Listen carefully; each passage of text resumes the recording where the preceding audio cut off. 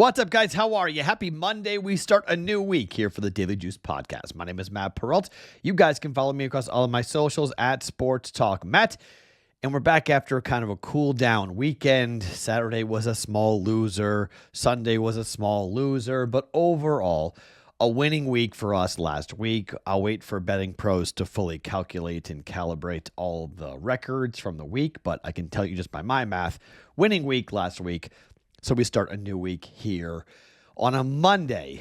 Last night, well, it was kind of a flat day. We wind up with the Eagles correct, 1 unit there. The teaser does not come in.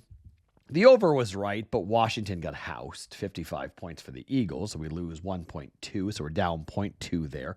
KC money line, that comes in. More on that here in a second. The Bills do not cover the 8. The under does not come in. Well, I guess the Bills do cover the 8, but the under didn't come in. Should have bet the over. That teased that down, gone the other way, and it would have been a winning day for us. 2-2 on the props, down 0.05. So a paper cut there on the props for us. 1-1 in both games. So a 3-3 mark, down 0.45 units for the day yesterday. So lost a couple units on Saturday, lost half a unit on Sunday, but still a winning week for us here for the week as we start a new week here on Monday.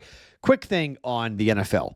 And I told you I was betting the Chiefs because I thought the referees would do something questionable that would give the Chiefs the win, and that's exactly what happened.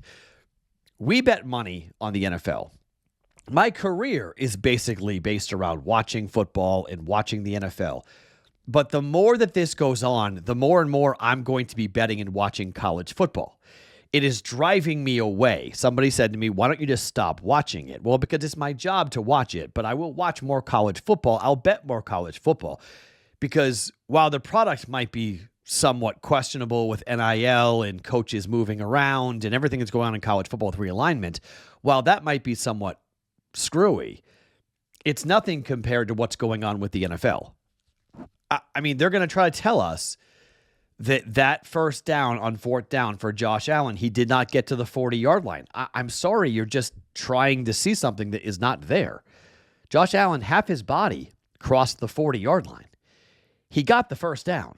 Like, you will never convince me that he did not get the first down. And we're relying on geriatric men who are out of shape, who are old, who run in complete zigzag lines to try to unearth humanity with men that are 3 times the size they are, trying to find where a football comes down to on a half an inch. We've had the technology with the footballs. There's been microchips, in the football for a very long time, for years now. They just haven't used it to go to the first down marker, which is really pretty easy. It's now time. It's time to take on the same technology they use in tennis, the same technology they have used in other sports for touchdowns and first downs. Line to gain in scoring plays. Let's stop this. It's $1 billion organization with a chain gang doing it the same that they did it in the 70s. It's really the only thing the NFL does that is the same from the 1970s or 60s even. At the merger, it has to go away because this conversation should never happen again. It finally caught them. It finally caught the NFL. I have been talking about the chain gang for 20 years, saying, what are we doing? There's going to be a really big play. There's going to be a really big moment where we're going to have a big discrepancy as to whether or not a football got to a line of gain, got to the first down marker, and it's going to swing millions of dollars. It's going to swing who wins. And again, this has nothing to do. I did not win or lose. I had KC money line. So I'm not crying over spilled milk here. I bet it knowing this type of stuff. But if you want to stop the narrative that the fix is in, and you might say, Matt, the refs don't care. The league doesn't care if you think the fix is in or somebody else thinks the fix is in. Well, I think they do because the ratings are slipping. NFL ratings are slipping. And when the Bills and the Ravens last weekend was down 12% TV-wise in the window that is the perfect Sunday afternoon window, I went, well, because a lot of fans might just think, well, Casey's going to win anyway, so why watch? And then Casey won. It swung the whole game. They were up by 1. They were driving. If they score a touchdown in that drive and they go up by 7, or they go for 2 even, to try to go up potentially and have it be what? Have it be a 9-point game. I mean, you could win the game right there if you're Buffalo, or at least put yourself in a really good place. You can talk about the fact that the Chiefs lost the turnover battle. They became the first team in these playoffs to lose the turnover battle, 1-0, and still win the game.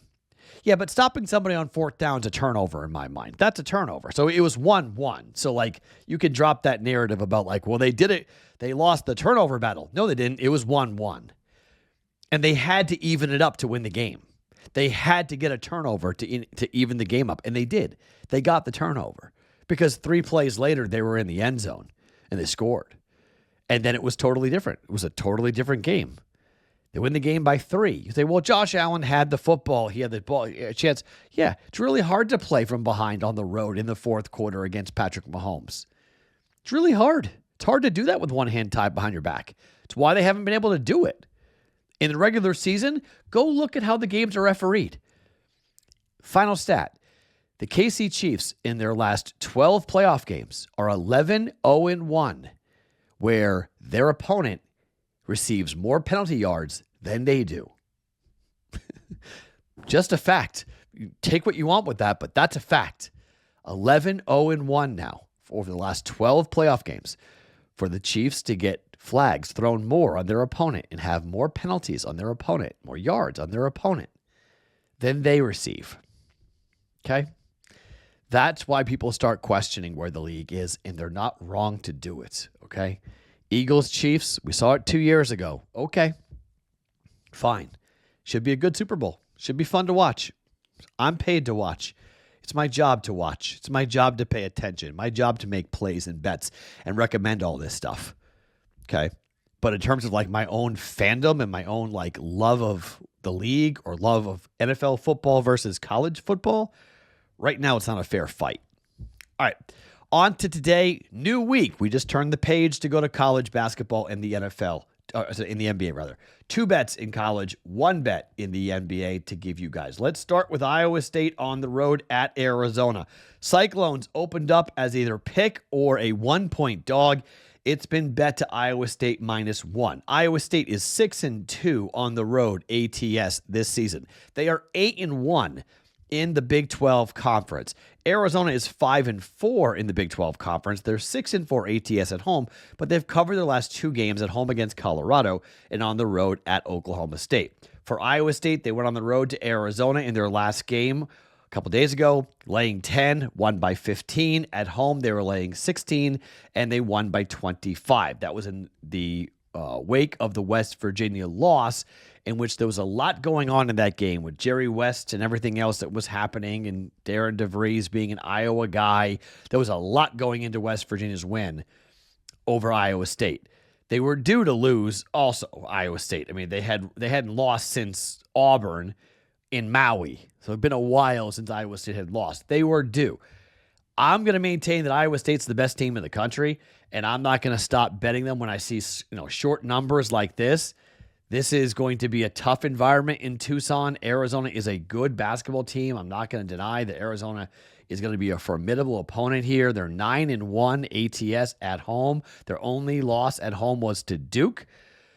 We were on Arizona in that game, and it was a 69-55 win for Duke. That was back on the 22nd of November. I think Iowa State is better than Duke, and I will lay the 1 point. If you want to bet money line, go ahead. It's pretty much the same price, but Iowa State -1.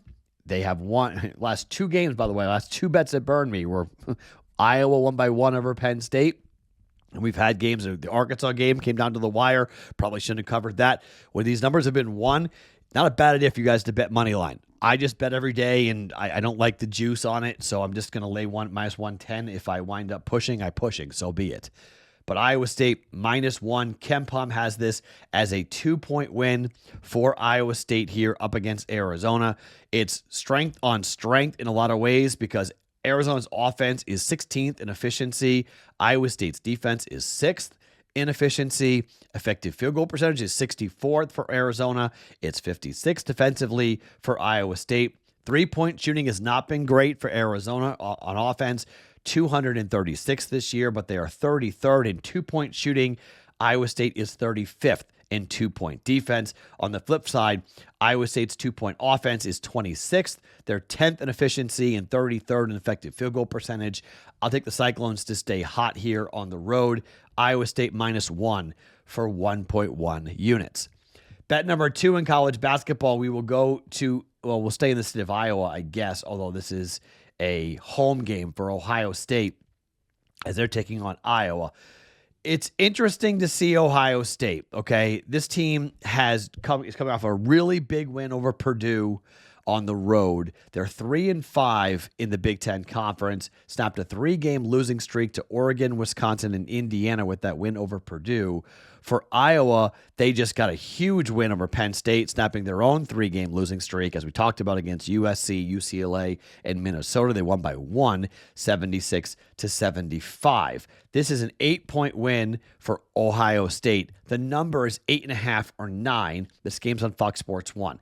It's a little bit on the heavy side. I lean towards Iowa in this game. However, I think the total is a better bet. It's 157.5. For Ohio State at home, this is really high. Against Indiana, it was 149.5. Against Oregon, it was 149.5. Against Michigan State, it was 149. Against Indiana State, it was 159. Now, that's a non-conference game. But the home games in Big Ten play have been 149.5, 149.5, and 149. So what's this? 157.5. Okay, that's interesting. Last 2 games for Iowa, 150.5 and 169. Both games went under against Minnesota and Penn State. On the road, Iowa has been a road over team. 5-2 to the over, but they were 5-0 the last 2 games going under. On the flip side, the last 2 games for Ohio State have gone over, but the totals of 157.5 against Purdue, it only went over at 140.5. It went over by 2.5 points. Barely got over. Against Wisconsin, 149.5 and went under by 11.5 points. Against Michigan State, 149. It went under by 18 points. I don't think we're going to see a lot of scoring here. I don't think we're going to see a lot of tempo here, although Iowa does like to play fast.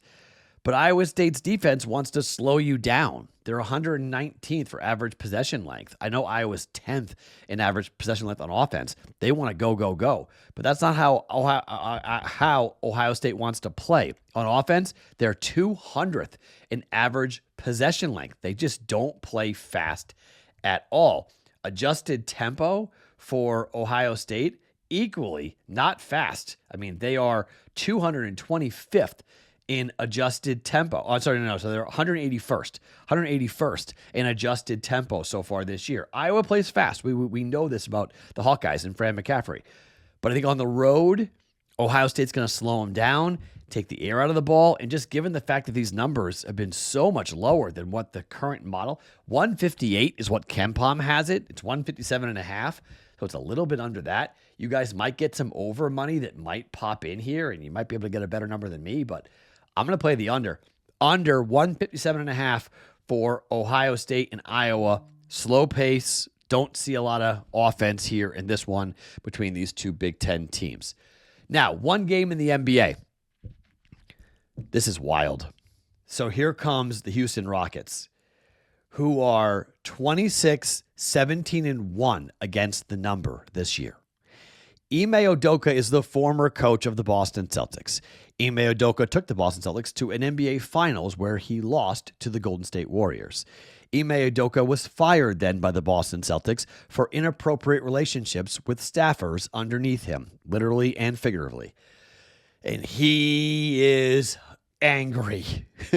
This guy, the Rockets are coming in here with something to play. On the flip side, the Boston Celtics are pretty bored. They're 18-27-1 ATS on the year. They're 8-15 ATS at home.